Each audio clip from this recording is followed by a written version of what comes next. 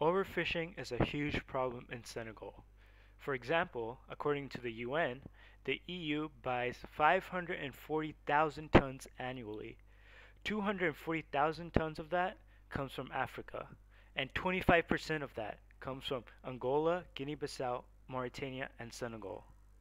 The amount of fish the EU buys destroys the chance for local fishermen to even make a living. What is the cause of overfishing in Senegal? Well, according to Greenpeace, fish fleet owners from more developed countries like the US or the EU come to Senegal because there's more fish stocks and less regulations. This is not what their own countries have, because their own countries have regulations that forbid them to fish over a certain amount. Also, the governments themselves subsidize these fish fleets so that they can go out into more areas where there are more fish in order to fish more.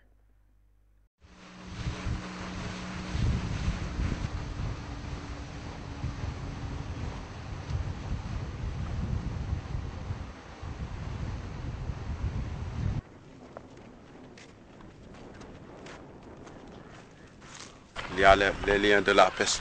On est des pêcheurs. Le problème de la mer qui nous a poussé à partir en Espagne.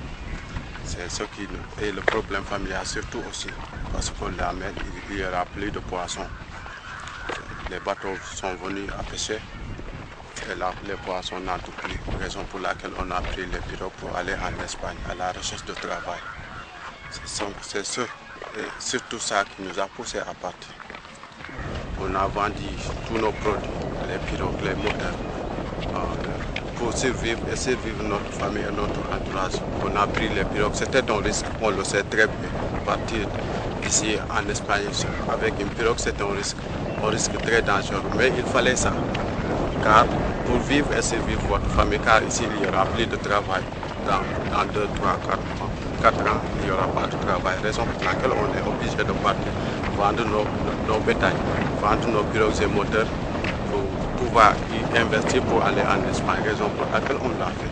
Masi invalle nga pana sax o donantine masi invalle nga pana da ino indiske le xafalle nga ko bisa in ya mum bugu rek imbad parce que yakara imbada nga rek injalla nga rek imbago sax pinke imbaruna sakit.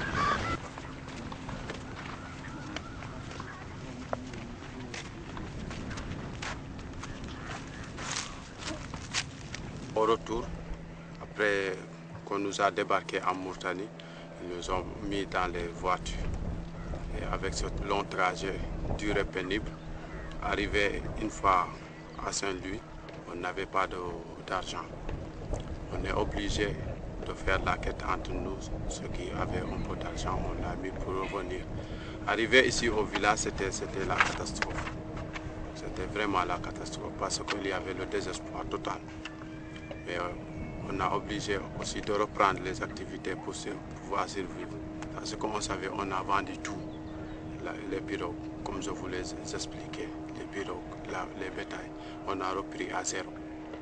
À zéro, on a repris, on essaye de pouvoir survivre avec ces raretés de la production. C'est ce qui nous a poussé à... Si vous voyez les visages, c'est de la tristesse ici. Même dans le village, il y a la tristesse parce qu'on a tout vendu. Il y avait des morts. Même notre pauvre notre frère était à la partie. Votre frère? Le frère d'Ousman en fait partie.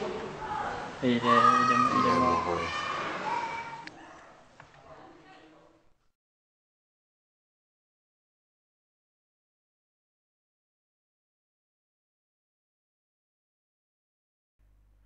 So what does the government of Senegal do about this problem?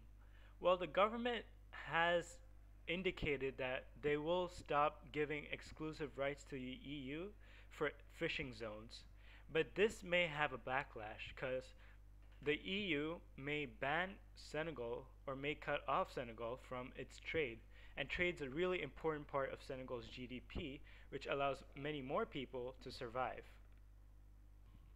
If the current practices of overfishing continue, we'll soon face a fishing crisis.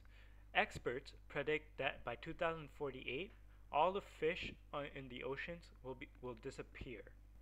Not only that, but many fishermen will lose their jobs in Senegal, and they might try to go to other countries with limited chance of success to try to earn a living. Also, Senegal will lose 1% of its GDP and more than 400,000 of its fishermen.